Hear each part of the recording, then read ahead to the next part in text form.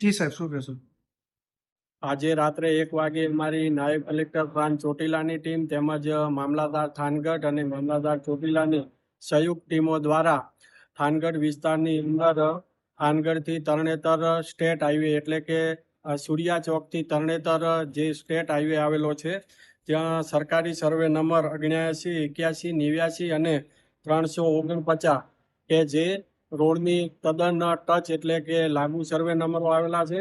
આ સર્વે નંબરો ઉપર ખૂબ જ મોટા પ્રમાણની અંદર કોમર્શિયલ દબાણકર્તાઓ દ્વારા બાંધકામ કરી અને આ દુકાનોનો ખૂબ જ મોટા પાયે હપ્તા ઉઘરાવીને ઉપયોગ કરવામાં આવતો હતો.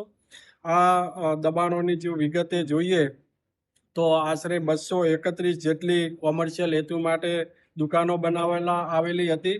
7 સેનેટરી વેરના કારખાના બનાવવામાં આવેલ હતા.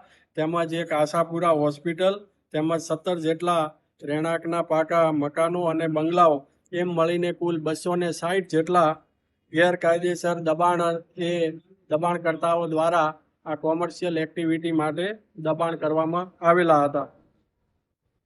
આ જે કોમર્શિયલ જે દબાણો છે એ દબાણકર્તાઓ દ્વારા જુદી જુદી દુકાનો, હોટલો, રેસ્ટોરન્ટો વગેરે બાંધકામ કરી અને અહીંના જે લોકો છે એમને ભાડે આપી અને મોટા પ્રમાણની અંદર ભાડા વસૂલ કરવામાં આવતા હતા. સાથે સાથે અમુક વેચાણ દસ્તાવેજો કરી અને હપ્તા પણ ઉઘરાવવામાં આવતા હતા.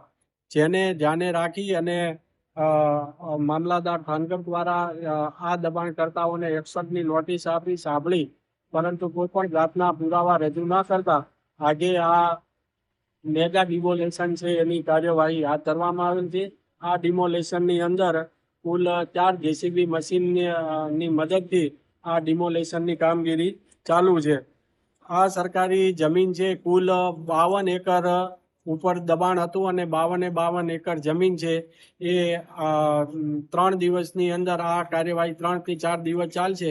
52 એકર જમીન કે જેની કિંમત 210 કરોડ અને 26 લાખ રૂપિયા થાય છે, જે તમામે તમામ જમીન છે એ ખુલ્લી કરી અને કબજો મેળવી અને ત્યારબાદ તાર ફેન્સિંગ કરી અને સાચવણી કરવામાં આવશે.